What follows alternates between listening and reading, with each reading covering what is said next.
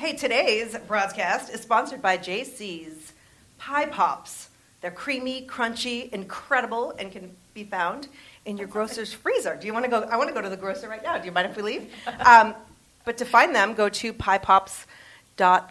Thank you, JC. Welcome. I'm so excited. I'm so excited. Lisa Lillien, a.k.a. Hungry Girl. Do people find you? You're here. I'm here. People find you in the grocery store and go, Hungry Girl! Like that's your name now? A lot of times when if people happen to recognize me, they say Hungry Girl. Are they surprised that you're not animated like your logo? Well, sometimes they say, you look just like your animated logo, but usually they say, you're a lot shorter than I thought you'd be. But your logo's only 2 inches. That's true. That's what I should say. Thank you. I should be like, I'm a lot taller than that cartoon character. Right. Yes. I have to say, so, I've known you for many years. We used to work in TV together. We did. Kim is fixing my mic for me. You keep turning, so I want this to Back in the day. Kim is so helpful. Isn't she helpful? Yes. She's like the sidekick. The mom of the... Oh, please. She's the Lucy to my Ethel. But... Yeah, sorry. But I remember when you were Lucy. That's pretty cool. Yeah. But I remember when you were having the logo made. And now you're this mega brand. Back in the day, I remember. I don't know if you remember this. When I was thinking about what the tagline was, you were in my office. I was like, tips and tricks for hungry chicks. Yes. You were coming up with it. You were in my office when I thought of it. See that? So, yep. So you're getting a cut of everything. I don't know if you remember that. You're in on the royalty. I think I said 4. It was actually FOR. That was my line, so I should get a cut. Yeah, I brought it. I have a check. But Kim, I have to tell you the stories. Before Hungry Girl happened, Lisa, there was a bakery in Glendale, or it was Montrose. Montrose. Yeah.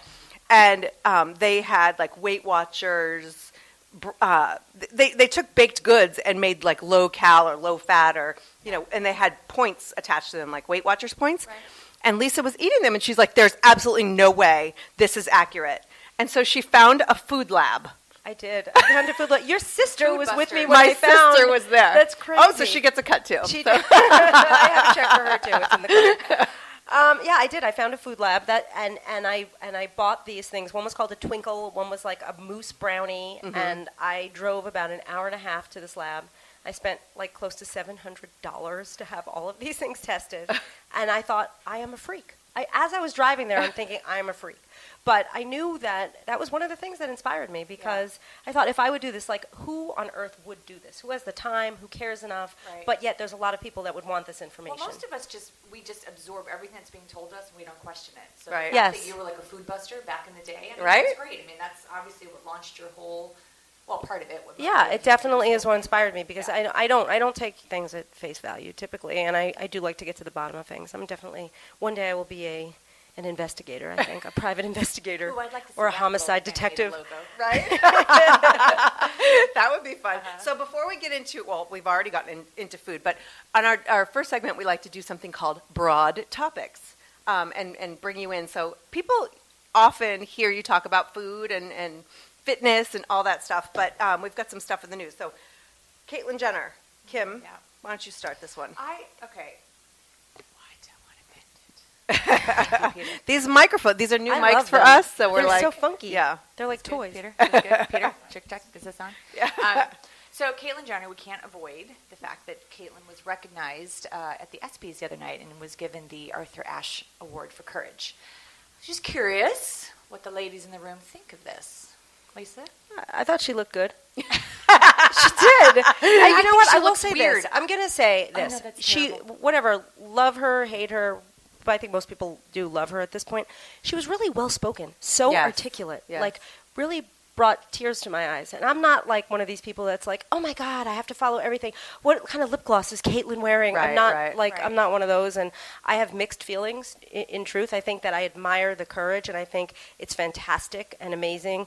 But I feel like it shouldn't be the number one news story every single day, all day. Right, enough is right, enough. right. And I'm sure her show will be very popular. But I like what she had to say at the awards See, a lot. it's funny. I watched the ESPYs, and I was not moved by her speech at all. I was hysterical watching the Lauryn Hill story and the Leah Strong story with the young girl that had cancer. I was couldn't even feel my face. I was crying so hard. Caitlyn got up, and I felt nothing. And I have no judgment about what she's done. I think it's fantastic. I think it does take a lot of courage and bravery to do what she did, but I really felt nothing. The only second that I had like a moment of emotion was when she talked about her kids. And then they panned to the kids, and they were stone-faced. Yes. No emotion. They actually looked pissed.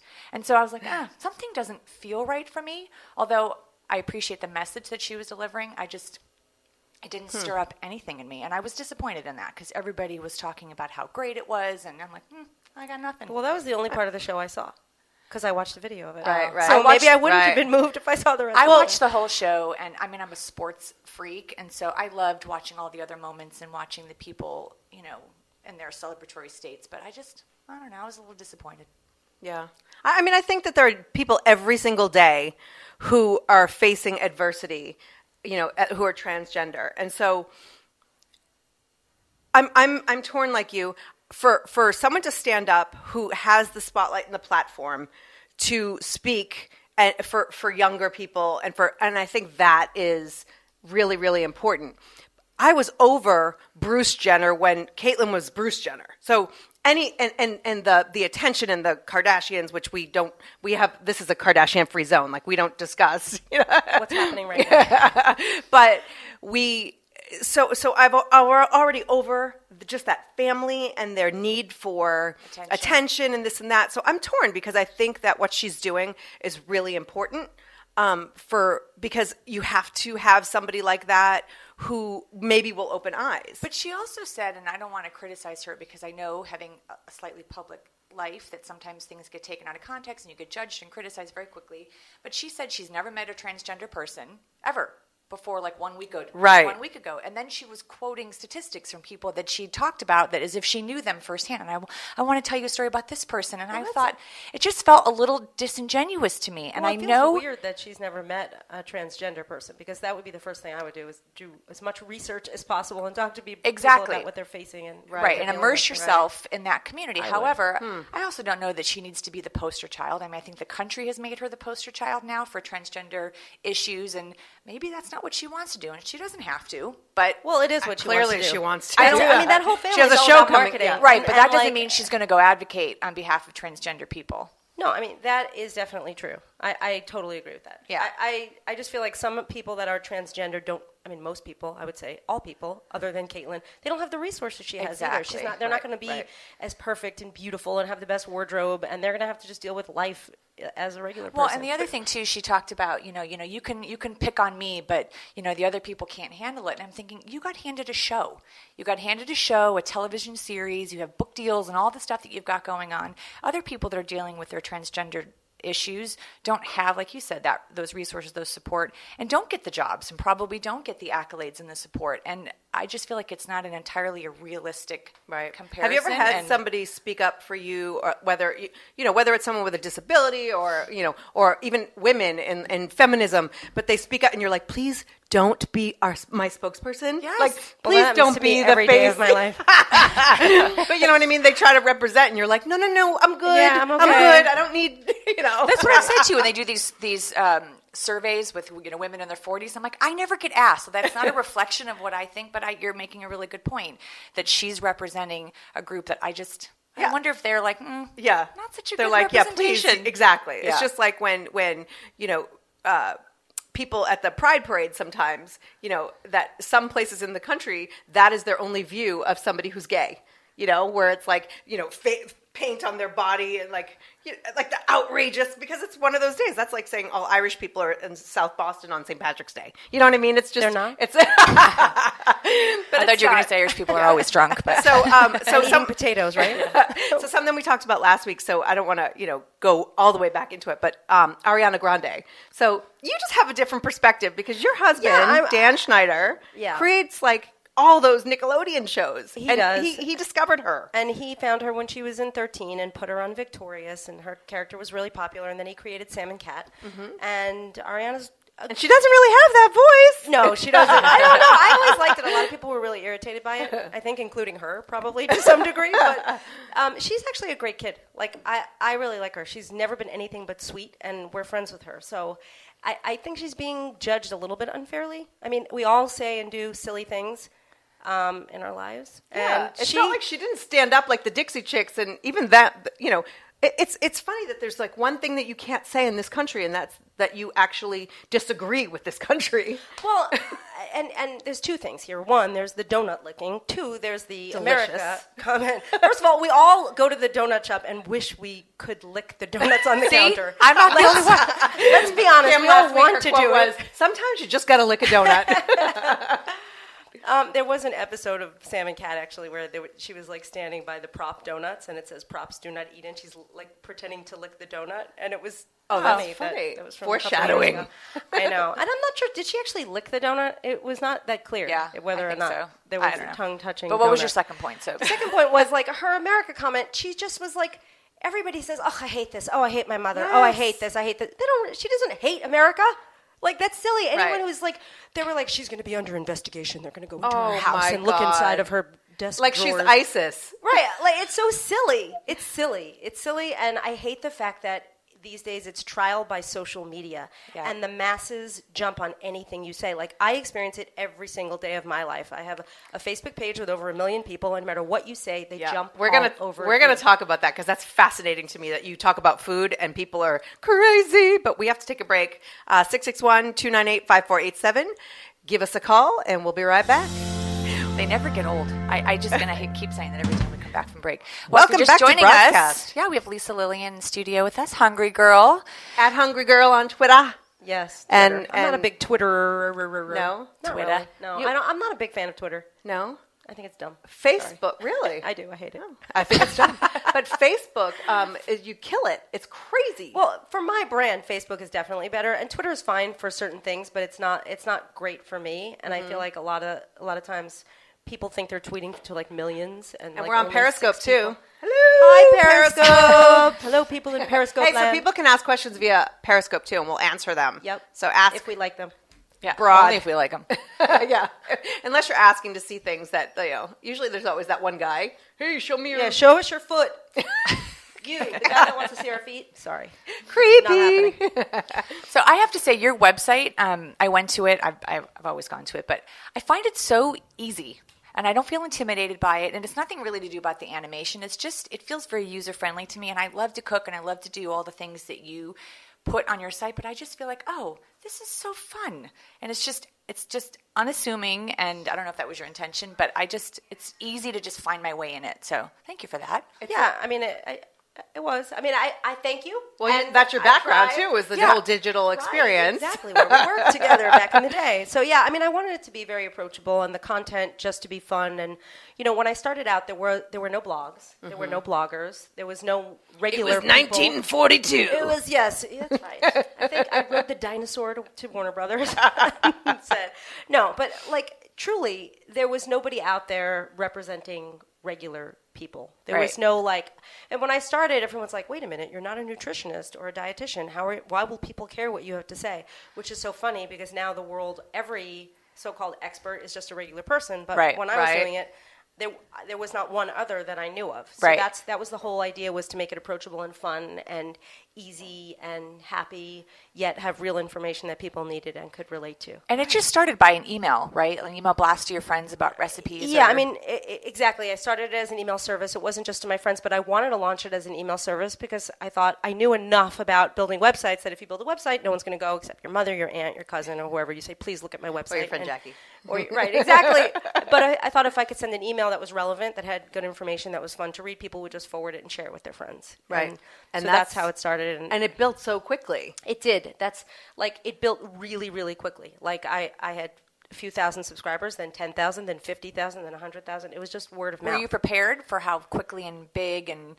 Yeah, I mean, well, luckily it was the same amount of work to send an email to 2 people as it was to send it to 200,000 people. Right. Except that, at some point when I had a few thousand, I was like, maybe I need someone else to proofread this other than me. God forbid there's something in there that's, wrong. But Right. when I built it, I was hoping it would be something. Like I created a logo and I wanted the look and feel and the aesthetic to be something that felt like a brand. And from day one, and that was my goal. Did you envision it to be what it is today, though, with being on Food Network and Cooking Channel and having the books and the videos and everything that you are? I don't know. I didn't know what to expect. I just said, I want to build something. I want to get as many people interested in it as possible and see what the opportunities would be. I did always want to do books. When I started early on, I remember I couldn't really get meetings with publishers, and people were like, why does anyone care what you have to say? Who are you? Right. And I was like, now those shaking publishers my are head. like trying to get anybody. I mean, that's the thing is it's become this controversial, like there's the food babe and there's this, that, and these people are not experts, but you never tried to present yourself as an expert. That's what I like. It's like, I'm just hungry, you know, and so. Yeah, and I tell the truth. Like, it's like, this is what I like. I think if I have anything, it's what I used to call universal taste buds. Like, I think I know what people like. I can taste something and say, I think, yeah, I like it, but only like 10% of the population would like this. Or, wow, this is amazing. Everyone's going to love this. Right. But the truth about publishing is that now everyone's so lazy. First of all, the world is the most lazy place on earth. And publishers... Don't say America, though. Cause No, not America. It's the whole world. It's everyone. People in the entire universe, including Mars and the planet formerly known as Pluto. But they want people who bring an audience. If you don't have an audience, you don't have a prayer. I have people come to me all the time saying, can I pick your brain? I want to write a book. Okay, well, you need to build a following to some degree. Yeah. Right. Because no one's going to give it to you. And just putting out a book is not going to make it popular. Right. Yeah. So the world is definitely My changing. girlfriend has oh, go ahead. I was going to say my girlfriend has a great book that she's got an agent she's trying to sell, and they said your following is not big enough. Got to go work on your Twitter. And so that fact that you don't like Twitter, but that's where publishers and people are looking to see who do you have listening to you before they'll invest Right. at all, even if your story's great. You're right about that, and it's a little bit sad, but also Because they're lazy. They don't want to do the work to promote Well, you. yes, that's what I was just trying to apply. But the Twitter thing, it's not that I don't like Twitter. I just think Twitter is a little bit false. So when someone says, I have 20 million followers on Twitter, well, half the people are buying their followers. right. Yes. And half the people, when you have people following you, they don't really even see your tweets. Right. It's not Right, the kind of, and it's hard to measure that stuff. And everybody's on there to promote themselves. So they're following others so they'll follow them. It's not this like genuine connection as much as Facebook might be, you know? Right. And I don't do that, by the way. Like, I bet I could have way more followers than I have if I followed everybody who followed me. Right. But I only follow people that I want to follow, but then I don't even read their She follows tweets. us, and we've got like I love you guys. 400 followers. 401. I don't even know how to work the Twitter. I honestly, I can't figure out the retweet, the quote tree. I'm kind of over it, but I understand. It serves its purpose. Like some people, you can get news on Twitter. You see what's trending on Twitter, and you want to know why. You click on it. You know, I get my news now from social media. I really do. Yeah. I see what's trending. I get, texts. By the time I see something on the news, or even by the time I get my breaking news from CNN texts, I've already heard about it. Yeah, because CNN is getting their breaking news from somebody on Twitter. Exactly. So, I mean, that's how much It's the so industry true. has changed. Exactly. So. And they'll report something based on somebody else's report, and those people didn't even vet it. And it's to usually begin with. Perez Hilton that they're quoting. Right. So a lot of people try to emulate, I mean, it's kind of like the Friends effect, I call it. Like when Friends, the TV show, was out, Yes. and suddenly And then every everyone- show was a sitcom with a bunch of friends, Yes. hanging out. None of them really worked because it wasn't the original. And so there are a lot of, people who kind of come out, and we've talked about this, but when I watched you do that, you left, our job to go and have this. I went and had to have a baby, and so I've just watched, and even myself, like, how do I kind of emulate her success? So what can I do? What's my thing? And you can't. When somebody has something, a brand, like you drove to a lab and spent $700. Like, that is your passion. That's what you have to have when you go into a business, when you're an entrepreneur, so I think I see a lot of these people who try to do things because they're looking for the success and they're not totally in the, Right. If you're, first of all, in any way, shape, or form, in any business, any job you have, if your end goal is to be rich and or famous and or the boss, you are never going to be any of those things. All right, and this is our last episode of Broadscast. No, but your goal should be... We have to go to break. Oh, well, goodbye for now. Go to break forever. No, but we will be right back.